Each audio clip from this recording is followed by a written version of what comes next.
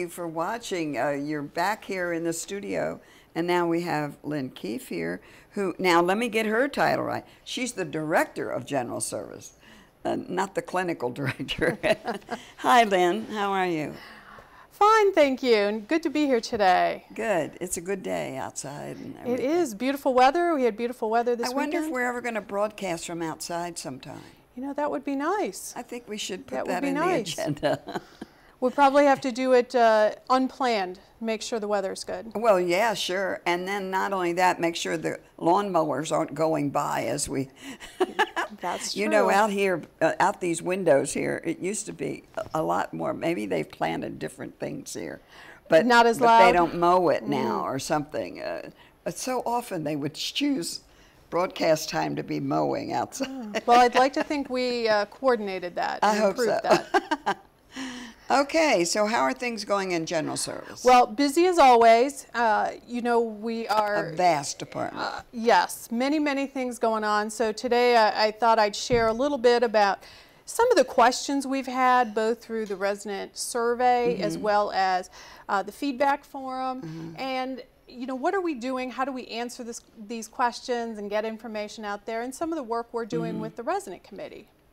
So, you know, one of the areas that we talked about at the feedback forum, and it's a common question we get, and it's around cleanliness in the common areas. So one of the questions we got is, gosh, you know, I don't see people cleaning. Or what's the frequency that you clean the stairwell or that you shampoo the carpets? And so let's talk about that just for a minute. Sure. One, we don't want to have our teams out there at the same time that those areas are used.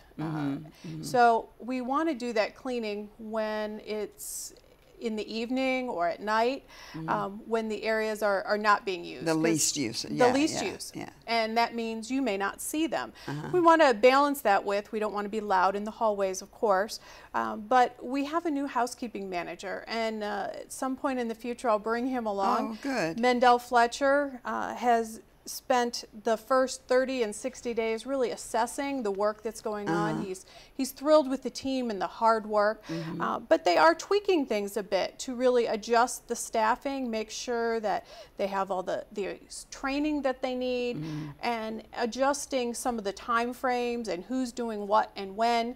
And so we're also working with the committee to use them as kind of a quality check, and this is the council committee. Yes, we have a general services committee, and then there are 5 subcommittees, and one is environmental services that includes housekeeping. So we're looking at some friendly competition for our staff and utilizing some of the committee members to do some of the observations. So you'll see that one of the things that we're pleased to talk about, you know, we heard a lot of complaints, frankly, over the last year about trash cans overflowing and on weekends and evenings. These are the common areas. Many of them outside. Right. I'm pleased to say, and hope folks will take note, that that is not like it was. We've made a real improvement. We've adjusted the frequency of the pickups, who's doing it, both during the weekdays, but also, and more importantly, after hours and on the weekends. So while we've not had the complaint, we want to point that out and say, hey, you know, we are... Well, you acted on the complaint, we which is really good. You know, that takes a little effort. We've also heard from folks, they'd like to see a few more trash cans in and around the communities, and we're looking at that because there's not just a cost to the receptacle itself, but there's a cost to emptying that and making sure that that can be incorporated. So more to come there. We're also doing education with Resident Life, with their ancillary health teams, and with the private duty agencies that residents hire to educate them on what are the expectations. Perhaps they're told, you know, take the trash out, but then what do you do with it? We don't want it in those trash cans because those fill up quickly. And you don't want it sitting in the hall at 5 o'clock when they leave. Yes. And it's there for people to walk by as they're going to dinner. That's right. It's dicey, yes, so we're working to refine that. We also have a new trash hauler, and we're continuing in this first 30 days to really evaluate. I got some feedback last week that they were coming a little too early. They are not supposed to come before 8 o'clock, and we identified that they were being let in a little early. So we've adjusted that, but we'll continue to assess and improve and look for opportunities there. And why wouldn't they? Why would that time difference? Because you're not ready for them? Well, residents don't necessarily want to, it might be efficient for them to come at 6:30, but if you happen to have an apartment that is near that, you may not want to hear that banging at 6:30 in the morning. All right. So we're sensitive to that, and that's part of the discussion we have when we contract with them. Okay. So one of the other areas was also about ongoing maintenance, and some of the questions were, how do you check the elevators, for instance? And we do have both a preventive maintenance program. There's a check for elevators and all of our systems. We have vendors in place for preventive maintenance, safety checks, and then when we have issues, we also look at, what's been the issue? Is there a bigger issue? Have we had a lot of little issues? So elevator is one, but preventive maintenance overall is something that we are really stepping up. We've rolled out last spring an online program that helps us maintain all of that information for hundreds and hundreds of pieces of equipment to make sure that it is all being accomplished and tracked. We are also adjusting the hours and the tasks that are being done and increasing the training of our staff. We have a new senior facilities manager. Scott Sullivan has been with us just about a month now. I know he's going to speak briefly at today's resident council, and I think more and more folks will get to know him. Now, what is his job? So as senior facilities manager, he oversees maintenance, engineering, grounds, and the reoccupancy team. And Scott then is a direct report to me, but he has all of those supervisors and managers and a wealth of skill and experience. Scott's a degreed engineer, electric and mechanical, and years of experience in various settings. So he's already really made an impact here and will continue to be a great resource. Good. Good. In the future, one of the things that we'll be offering with the resident committee is a little more education and opportunity. I know we have a few retired engineers and folks who want to know what's going on behind the scenes in the boiler rooms and how do you maintain 2.2 million square feet under roof. So we'll have some of those lunch and learn or some walking tours and things like that coming up. So we're excited to be able to offer that. That subcommittee also had the arborist here a couple weeks ago, and we'll have more opportunities to share and educate folks.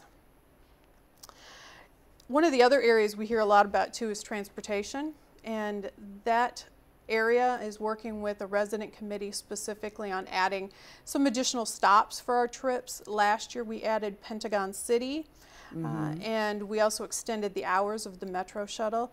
This year folks are eager that Wegmans is coming, and they'd like to add that. Absolutely. June 14th or 15th or something. Not that you're counting. I love Wegmans. I'm really happy it's going to open nearby. Yes, so they're looking to add that. We're also looking at how do we increase ridership, share more information about the shuttle. We're exploring how other communities work. So lots of... that's interesting you mentioned, because I've always personally had the feeling that that I shouldn't take up a space on the shuttle to go somewhere. I mean, to one of those trips, because I have a car and I can go. Is there that kind of issue? Are the buses crowded, or there are times, are they looking for riders? Well, for the trips for grocery, there are sign-ups, and there are times where I think earlier, when they are more crowded, sometimes. When we talk about adding a particular stop, you never know on a return trip, will this one be full? If you're going to stop somewhere and pick up additional, do you have space to do that? So that's part of the ongoing discussion. How do they do that? increasing ridership for the shuttle that rounds campus is a little different. Oh, you're talking about that yes. shuttle. Okay. So, but really trying to share information. What do you see at other campuses? What works there? How do we do that? What's the cost of doing that? So lots of exploration, but lots of good back and forth. Are they thinking about converting the buses to electric, or can they be converted? Maybe they well, can't be. The existing, we have not explored that, but certainly as we look at our carbon footprint and reducing that, we have a lot of energy initiatives across the campus, some things that Green Spring really has been doing for years, but also what are opportunities for the future. So we do explore that, you know, what's out there. We don't always want to be the guinea pig. Sometimes that makes it a little bit harder. Berwick hates that word, guinea pig. Well, but at the same time, we are looking to the future and exploring, you know, those kinds of energy-saving options as we can. You know, one of the other areas where we work closely with residents, there was an ad hoc committee chaired by Earl Williams that looked at the parking. And you may recall last year we put together a parking assessment. And we went back to this resident committee who in turn had discussions with the larger General Services Committee, but also with many of their friends and neighbors to float some of the ideas. And they had their final report and we'll be rolling that out. We want to make sure one of the issues is reserve parking, making sure that we don't have people parking there who don't belong there, and also making the best use of our parking spaces. So we'll be talking about what that looks like, when it's going to happen, and what's it mean to each individual, how's it going to benefit them. Okay. And I have my fingers crossed because I want to quickly, we have like 1 minute.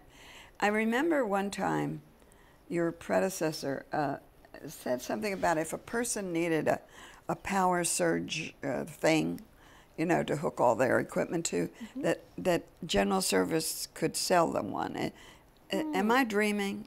Well, I'm not familiar with us actually selling those, but that doesn't mean that it didn't happen. Okay, okay. So I think you're talking about like a surge protector. Yes, indeed. I'm not aware that we are reselling those. Okay, all but right. they are things, you know, that make a lot of sense, that can protect anything that you have plugged into them. So. Okay. All right, and we really are out of time. I mean, did you have anything? Well, really? I think amazingly I covered quite a bit of ground. You got it all done. Okay, so are the grocery carts a problem? Well, I think sometimes we never have enough of them in one place. As long as folks return them, we want to make sure that they're available when folks need to use them. Okay. I want to buy one. I want one of those little ones. Well, I know that we've talked with the store, and we'll see if we can get those. I call them a bubby cart, the little folding kind. Well, not folding. This is, no, like they have in the Giant or whatever, the small. Oh. You know. Well, I don't know. We'll have to look into that. Yeah, I'd buy one if you could. I've looked at them online, but you have to buy X number or something to get one shipped. You only need one. I just need one. Okay, thank you very much, Lynn, for coming today. Thank you for having me.